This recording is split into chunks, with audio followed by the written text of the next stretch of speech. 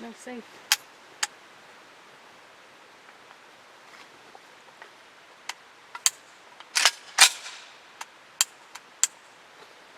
So folks, the Zastava Arms USA ZPAP 92s, these were not sent for review, these were a purchase.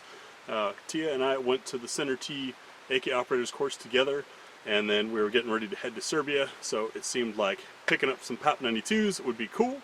Since I have an old one of the earlier imports that I've loved, I figured why not get two of these in sequential serial numbers. Ain't that romantic? Unfortunately, these have been nothing but trouble. As you saw there, gun's clear.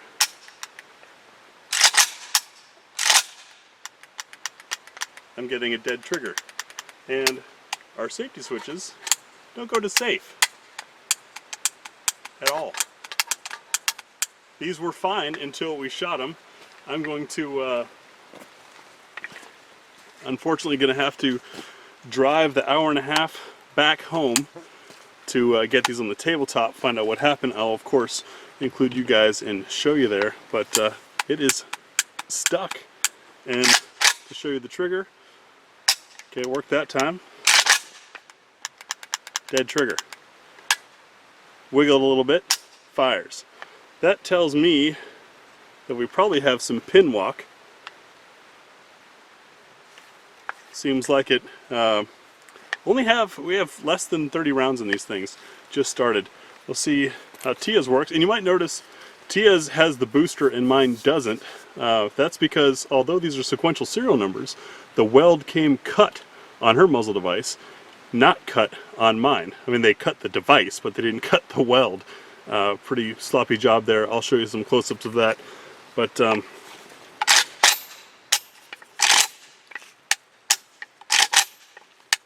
so Tia's trigger works.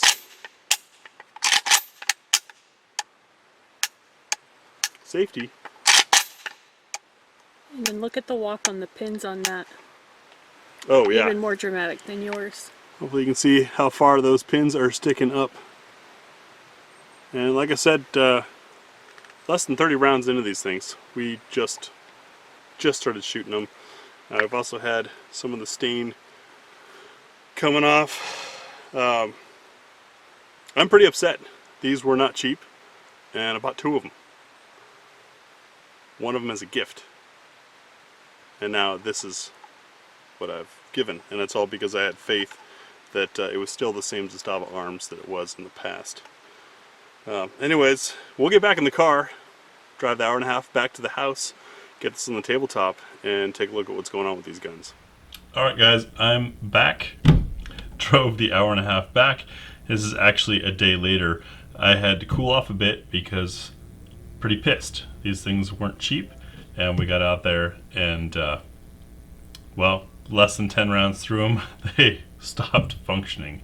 Mine turned into single shot only, and well, the safety can't go. First things first though, let's show clear. You can see that one's empty. And that guy's empty. I also want to show you the serial, if I can get the light to hit it in a way that you can see. This is 755 and this is 756. These are sequential serial numbered guns, and one of the things that I believe I mentioned was the tack weld that is on the muzzle device from the factory has been cut, which is nice because it means you can get that cap off easily, and lets you put something like this booster on here that I got from Atlantic Firearms, which is also where we purchased these. This guy, one serial number later, and see if I can shift it to get the light on there for you. They cut the cap itself and covered the weld with some black spray paint that comes off on your finger. Just rub it, you can see. But it didn't cut the weld itself. The cap's still on there. So I thought that was kind of sloppy and frustrating. Now I'm going to have to get a Dremel and cut it myself. Wham wham boo-hoo, right? Other bit on furniture. So we came out to play with our ZPAP 92 AKs and had them resting on this damp table because we're in Oregon and it's rained a little. I picked it up and we saw these dark spots here. I roll over the gun to see where the water was, and when I rubbed my thumb on it, the stain came right off. Onto my finger, off of the wood. Unbelievable. See these spots? That's where water droplets were. We had these on the table. Table was damp. Didn't think it'd be a big deal. Flip it over, saw it looked like black spots. Beat it up here. I went to wipe it off with my finger. It came off my finger and came right off the wood. So just be warned that whatever they used to stain it might not have been any better than some spray paint. I know Rob Skis went totally black after sitting in the swamp.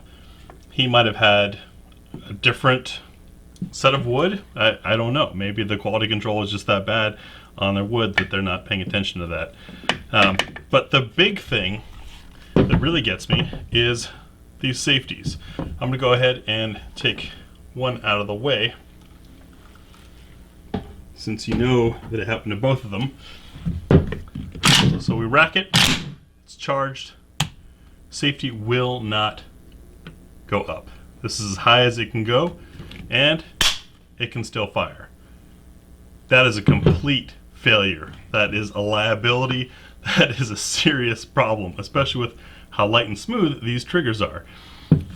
Rob Ski didn't have this issue per se, but he also swapped the safety lever out and swapped out that stinking shepherd's crook or paperclip device that's holding or trying to hold the pins in. My pins came loose, Tia's pins came loose. So we're going to take a look inside. I'm going to show you what I'm talking about with that, and we're going to try to figure out what's happening here and why, if I trap my trigger, it doesn't fire again. I have to push the trigger forward just a little bit, then it fires. So, pop the top. Love these hinge top guns. Let's get as much out of the way as possible.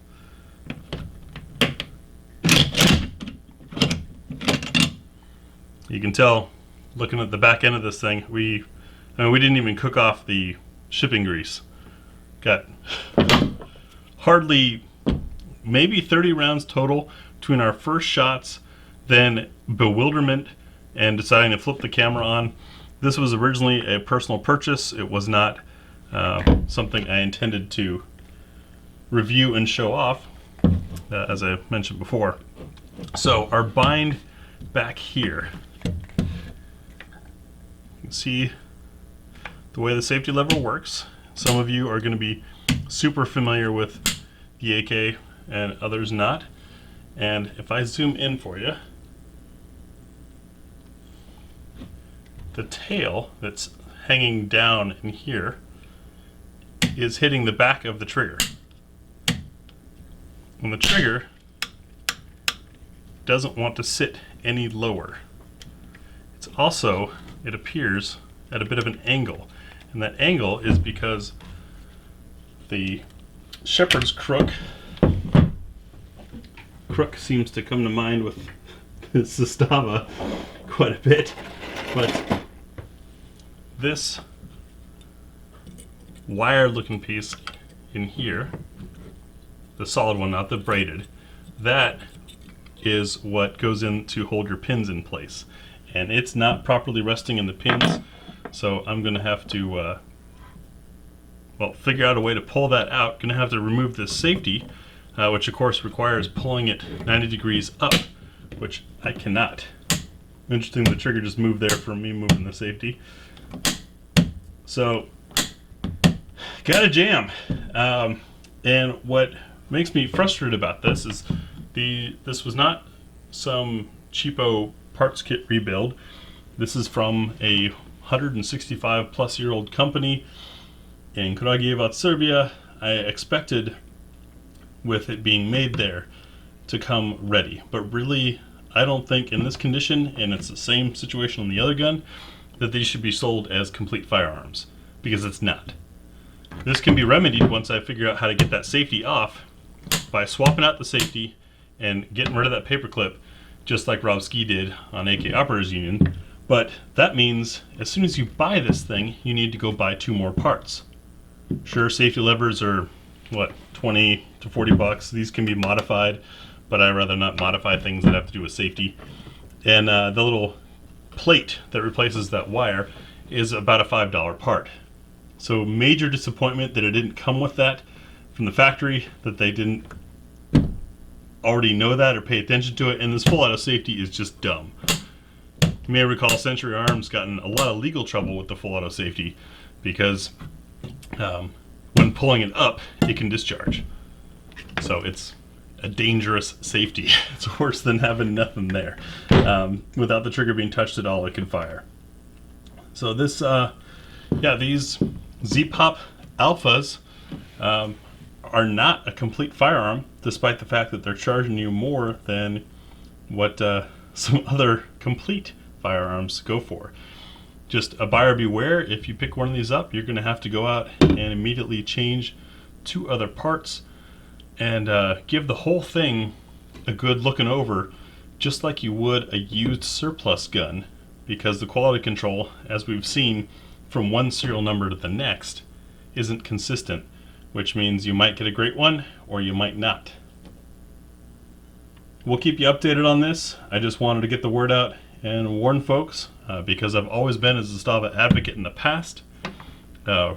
Own probably a dozen or so Zastava guns. Been a big fan of them for years, but this latest stuff, it's now you're looking at well, treat it like used surplus. Look after it and inspect it and go over the whole gun like it's a used surplus piece you picked up at a gun show, or save yourself some money and time and buy something else. I hope Zastava Arms USA will write this, and Atlantic Firearms I've always trusted, because I know at least with their surplus guns they always inspected them and went over them. Hopefully that they'll start paying attention and doing that too. I want to see if I can just push this pin.